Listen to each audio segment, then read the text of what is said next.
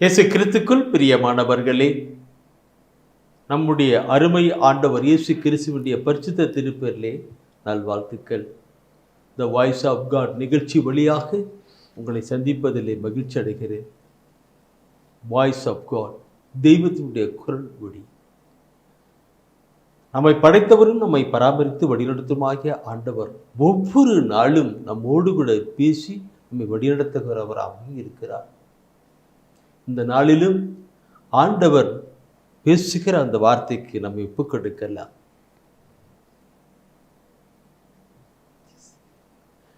நீதிமொழி புத்தகத்திலே 6ஆம் அதிகாரத்திலே 23வது வசனத்தை தூய ஆவியானவர் காண்பிக்கிறார். நீதிமொழி புத்தகம் 6ஆம் அதிகாரத்திலே 23வது வசனத்தை காண்பிக்கிறார். கட்டளை என்பது ஒரு விளக்கு, அறிவுரை என்பது ஒளி, கண்டித்தலும் தண்டித்தலும் நல்வாழ்வுக்கு வழி.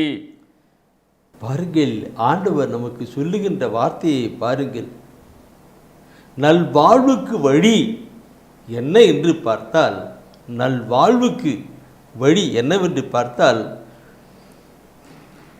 ஆண்டுடைய வார்த்தைகள் தான், கட்டளை தான்.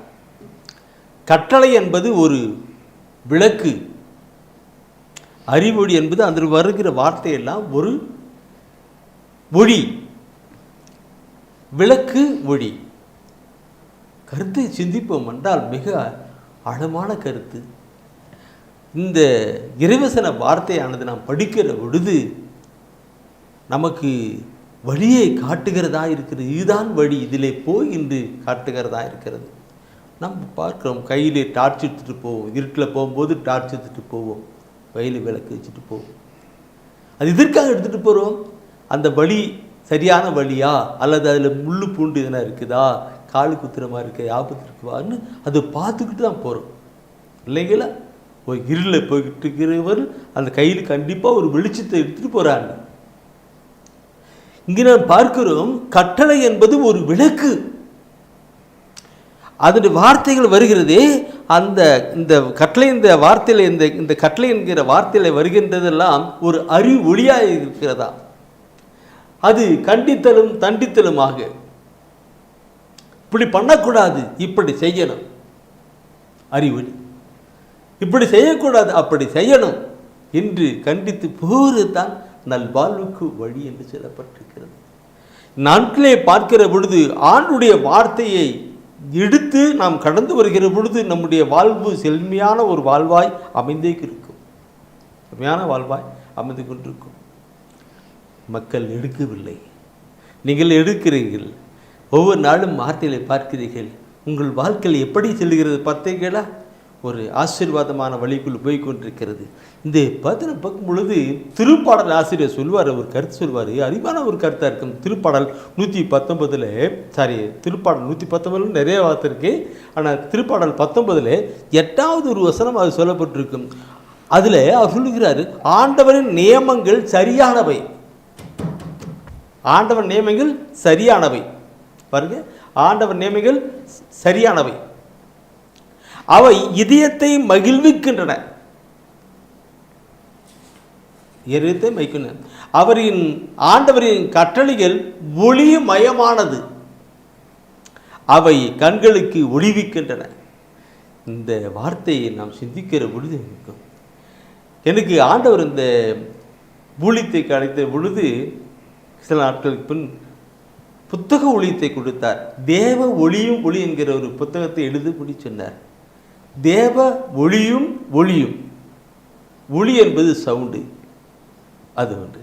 இரண்டாவது நான் பார்க்கிற பொழுது வெளிச்சம், வெளிச்சம். அப்போ ஆண்டுடைய வார்த்தையை நாம் கேட்கிற பொழுது அது வெளிச்சமாக நமக்கு வெளிப்படுகிறதா இருக்கிறது, இல்லையா இருக்கிறது. எனவே தான் அந்த பார்க்கிற பொழுது திருப்பாடல் 119 105வது வார்த்தை நாம் பார்க்கிற பொழுது சொல்லப்பட்டிருக்கும். திருப்பாடல் 119 105வது வசனத்தை பார்க்கிற பொழுது அங்கே சொல்லப்பட்டிருக்கும், என் காலடிக்கு உம் வாக்கே விளக்கு, என் பாதைக்கு ஒளியும் அதுவே. அப்போ என் காலடிக்கு உம் வாக்கே விளக்கு, என் பாதைக்கு ஒளியும் அதுவே. திருப்பாடல் ஆசிரியர் எவ்வளவு அருமையாக கருத்து சொல்லியிருக்கிறார் பாருங்கள். அப்போ நம்முடைய வாழ்விலே இறைவசன வார்த்தைகளை எடுத்து வாசித்து ஒவ்வொரு நாளும் கடந்து போகிற பொழுது அது நமக்கு பாதையை காட்டுகிறது. எந்த பாதையை? விண்ணகத்துக்கு போகிற பாதையை, ஆசீர்வாதத்தின் பாதையை, கடவுளுடைய அருளையும் கிருபையும் பெற்றுக்கொள்கிற பாதையை நமக்கு காட்டி கொடுக்கிறதா இருக்கிறது. நம்முடைய வாழ்க்கையில் இறைவசன வார்த்தைகளை எடுத்து படித்து அந்த இறைவசன வார்த்தை வழியாக நாம் வாழ்வு கடந்து போக நம்ம ஒப்புக்கொடுக்கணும். ஜெபிப்போம். அன்பின் ஆண்டவரே, உம்முடைய வார்த்தை விளக்காக இருக்கிறது, ஒளியாக இருக்கிறது, எங்களுக்கு பாதையை காட்டுகிறதா இருக்கிறது என்பதை நாங்கள் அறிந்திருக்கிறோம். எனவே இந்த பொல்லாத உலகத்திலே, இருள் நிறைந்த இந்த உலகத்திலே இந்த இறைவசன வார்த்தை என்கிற விளக்கை நாங்கள் எடுத்து அதன்படி நடக்க கிருபை செய்யும் ஆண்டவரை. இறைவசன வார்த்தைகளை படிக்கிற பொழுது, கேட்கிற பொழுது, அதன் கரங்களை கடந்து வருகிற பொழுது எங்களுக்கு நல்வாழ்வை காட்டுவீராக, நிலை வாழ்வை காட்டுவீராக, ஆசீர்வாதத்தின் கனிகளை காட்டி கொடுப்பீராக. தாழ்ச்சியோடு கூட ஒப்புக் கொடுக்கிறோம். உம்முடைய ஒளி என்றும் எப்பொழுதும் எங்களுக்கு வழிநடத்துவதாக இருக்கட்டும். இயேசு கிறிஸ்துவின் மூலம் பிதாவே, ஆமென். ஆமென்.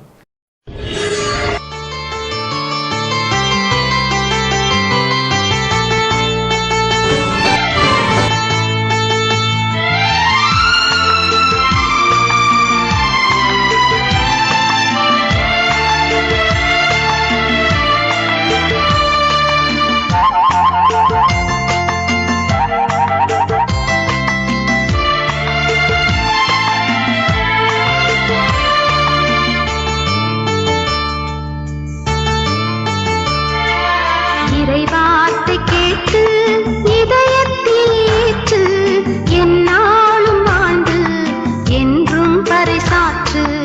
இறைவார்த்தை கேட்டு இதயத்தில் ஏற்று, எந்நாளும் வாழ்ந்து என்றும் பறைசாற்று. இறைவார்த்தை கேட்டு எந்நாளும் வாழ்ந்து என்றும் பறைசாற்று. இறைவார்த்தை கேட்டு